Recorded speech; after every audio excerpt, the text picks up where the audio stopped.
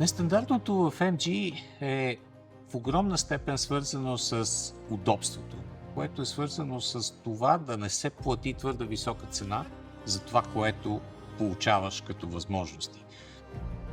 Така още от самото създаване на компанията. Тя е с презумпция за създаване на автомобили, които са достъпни.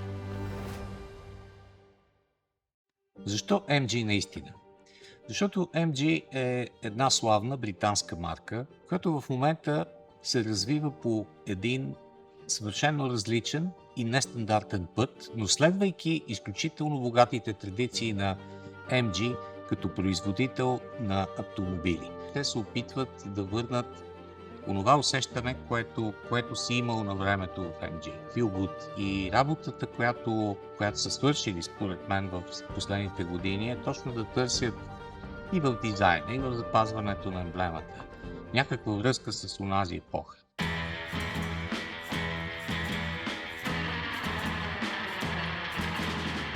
Зад волана на легендарното MGB, произвеждано между 1962 година и 1980 година. Произведени са над 500 000 автомобила от този модел в най-различни модификации.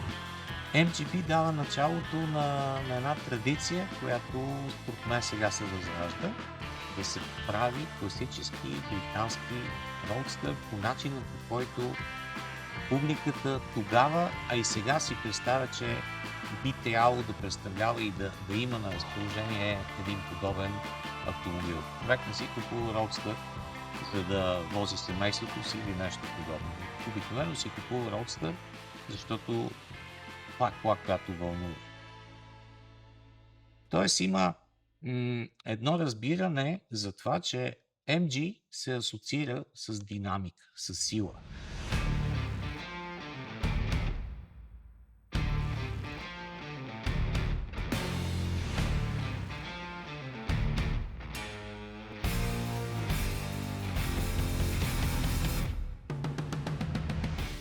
И не случайно, според мен, китайците направиха и Cyberstar, за да могат по някакъв начин да имат продукт, който е абсолютно продължение на това, което е било част от история. MGB с една дума, може би легенда, MG Cyberstar бъдеще. Интересен въпрос е този, защо простотата е толкова търсен елемент в един модерен автомобил, пък и не само модерен. И според мен на първо място хората търсят в огромната си маса автомобили, които са лесни за пътуване, лесни за обслужване, лесни за управление. И мисля, че MG, проучвайки вероятно съвременния пазар, са се насочили точно към този тип клиенти. Във всички тези модели има това виждане за автомобила, което е заложил Сесил Кембър. Автомобила да бъде не ненужно скъп, не ненужно сложен, да бъде удобен и лесен за използване.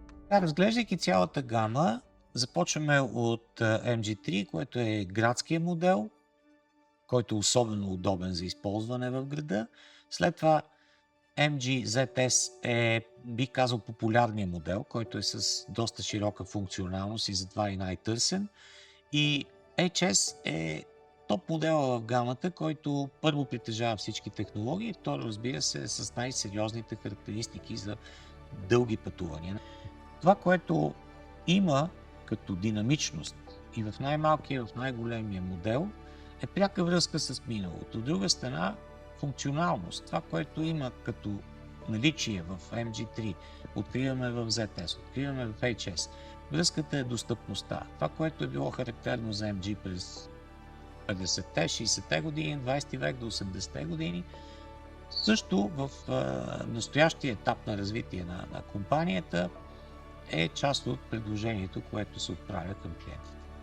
Изречението малка поначало, но с глобално влияние е абсолютно валидно за MG, защото MG е марка, която наистина никога не е имало кой знае колко голямо производство, но действително е оказала изключително сериозно влияние върху развитието на индустрията като цяло. Не само на британската индустрия, бих казал глобално.